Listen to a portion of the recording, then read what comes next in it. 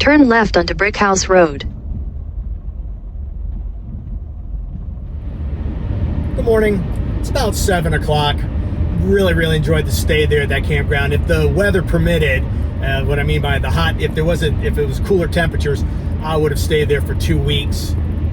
No question. But the forecast, the rest of the week, the high is going to be in the 90s. So I'm heading northwest. So I'm actually going to go to a boondocking area called Pisgah. I think it's a national forest also. And they have some boondocking opportunities there. I'm leaving early. Like I'll get there in like 2 hours or so. Once again, I want to go ahead and check that out. And that way I have the entire day. If I need to go, maybe check a couple other areas that maybe are another 2 hours away or 3 hours away. So I have the whole day to explore. And as I've always said, if it comes down to it, I got rest stops, I've got Walmarts, I've got Cracker Barrel, the truck stops. There's so many different places to go ahead and to sleep overnight. So I'm gonna go ahead and head up there. I found this place when I originally started the South Carolina boondocking series before I had the ignition problems. So my original goal was to stay at the brick house next and then go up to this next area. So I'm gonna go check that out and see what it is. And I'll take you all along.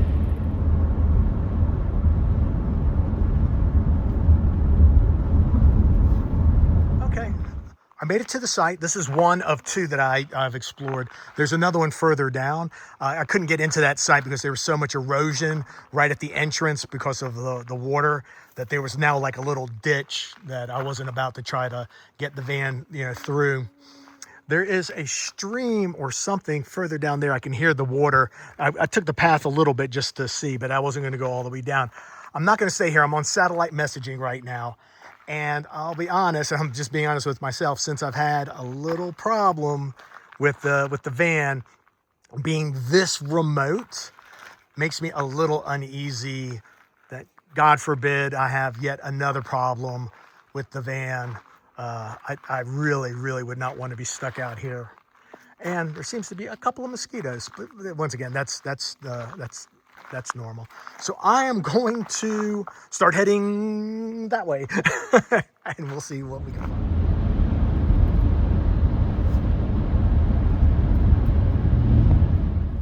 Okay, I'm at Oconee, I think that's how you pronounce it, Oconee State Park in South Carolina. It's actually one of the trailheads for the Foothills Trail, which I've already, I made that attempt last year.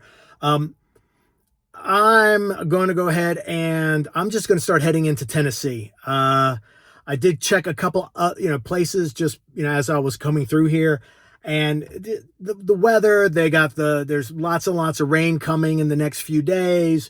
There's also, once again, even here, the temperatures are going to be in the 90s or, high 80s.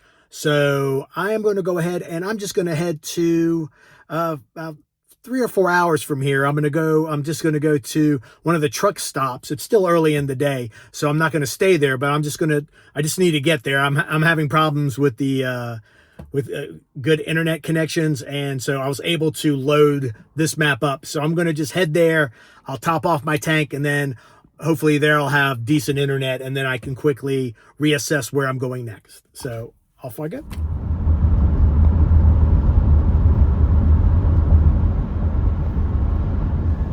All right, just a fast update. I really don't know where I'm going.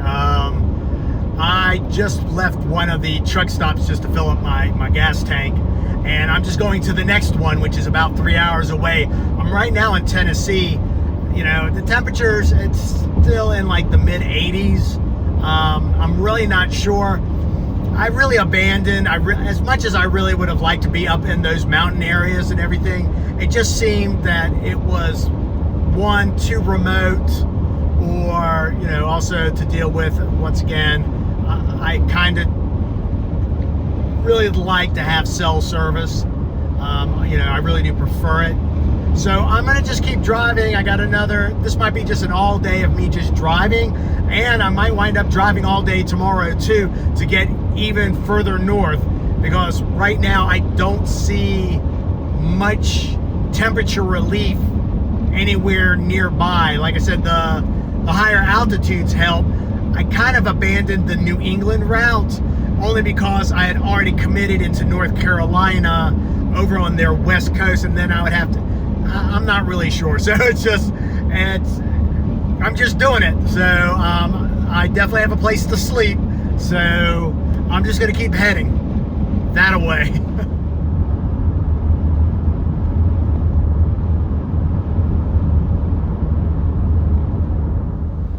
All right, I've been driving for most of the day, heading north still. I'm in Kentucky. So a lot of the way that I was driving, because I was already on that west coast of South Carolina, it made sense for me to try to cut through and head north that way. I don't know if it was a good choice or not. I'm still seeing, like right now, it's 5 o'clock Kentucky time. I'm sorry, 4 o'clock Kentucky time, and it's still mid 80s.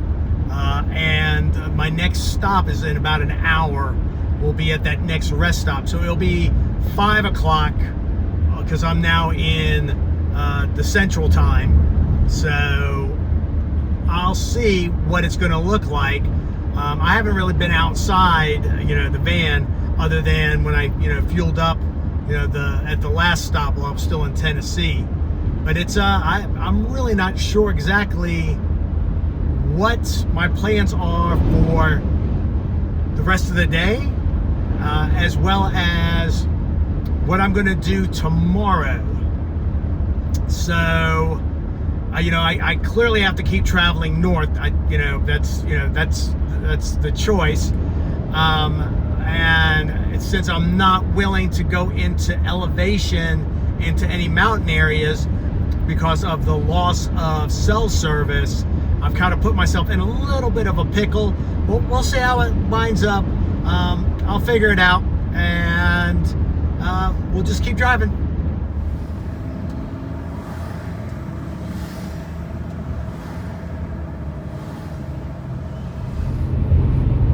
So it's about 7:30.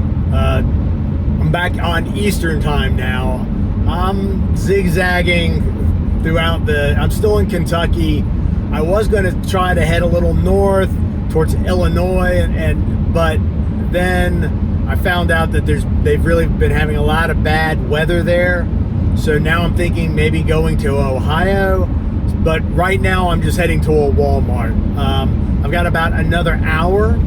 So I will go ahead and once I get there, I'm hoping, I did double check, I didn't call them, but there was an entry on iOverlander just, last month that, they had no problems. They just said it was a little noisy. That I'm not worried about. But, so I'm going to head out there and spend the night. What's interesting, and I don't want to like belabor it or anything like that, but Kentucky, like a lot of other states, they actually put time limits on how long you can stay at one of their rest stops.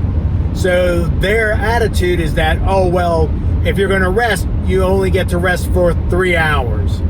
And it's like, so what they're doing is that they're preventing people from sleeping in their vehicles. For bad or, whatever you can put your ideas in the comments below. But like when I was in New Mexico and Nevada and some other areas, they let you sleep overnight. I understand that they're concerned that maybe people will like live there, but it's like, what kind of rest can a person get with 3 hours? I guess their attitude is go get a hotel, I guess. All right, I've got on my soapbox a little too much. All right. Very long day of driving.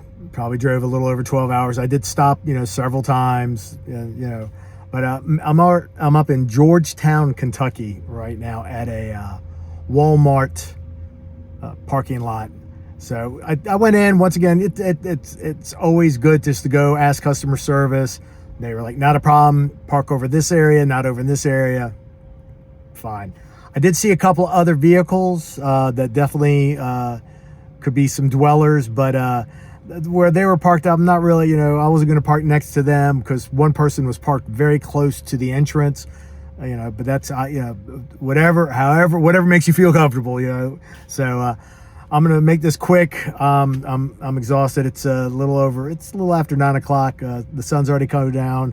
It's going to be chilly tonight. Hopefully it'll be like supposedly in the 60s. So right now the van's still a little warm, but it's already cooling off.